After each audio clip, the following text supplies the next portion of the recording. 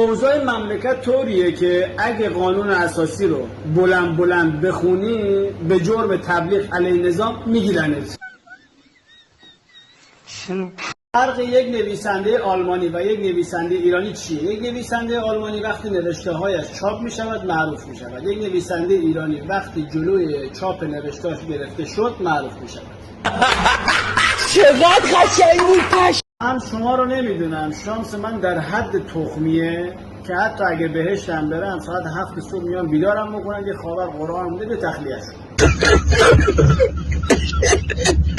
فقط یه ایرانی میتونه 2 سال بره خدمت 30 سال تعریف کنه.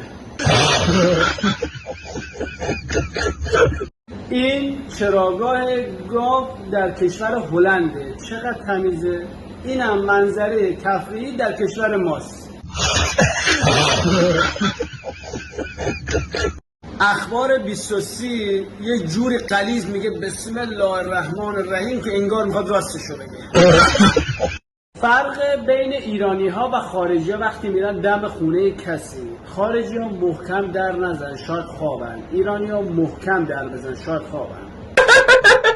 ما ایرانی ها 6 ماه اول سال امیدواریم اوضاع جامعه بهتر بشه. 6 ماه دوم سال رو هم دعا میکنیم که اوضاع از اینی که هست بدتر نشه. خدایا قربونت بشم. حالا خوبه که بخشنده و مهربانی.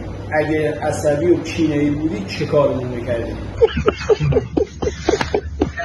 مسئولین رفتن به مشکلات عشایر رسیدگی کنن. 40 تا گوسفند خوردن. اگه گرگ به گله عشایر میزد کمتر ضرر میکردن. این سخنگوی اوناست، اینم سخنگوی ماست. از سخنگو هم شانس نیاورد.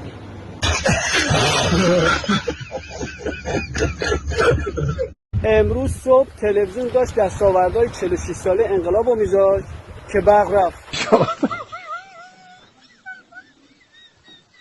ایران کجاست؟ ایران جایی است که مردمانش پیاده تا کربلا میروند اما از روی پل آبر پیاده نمیروند چون پادر دارن.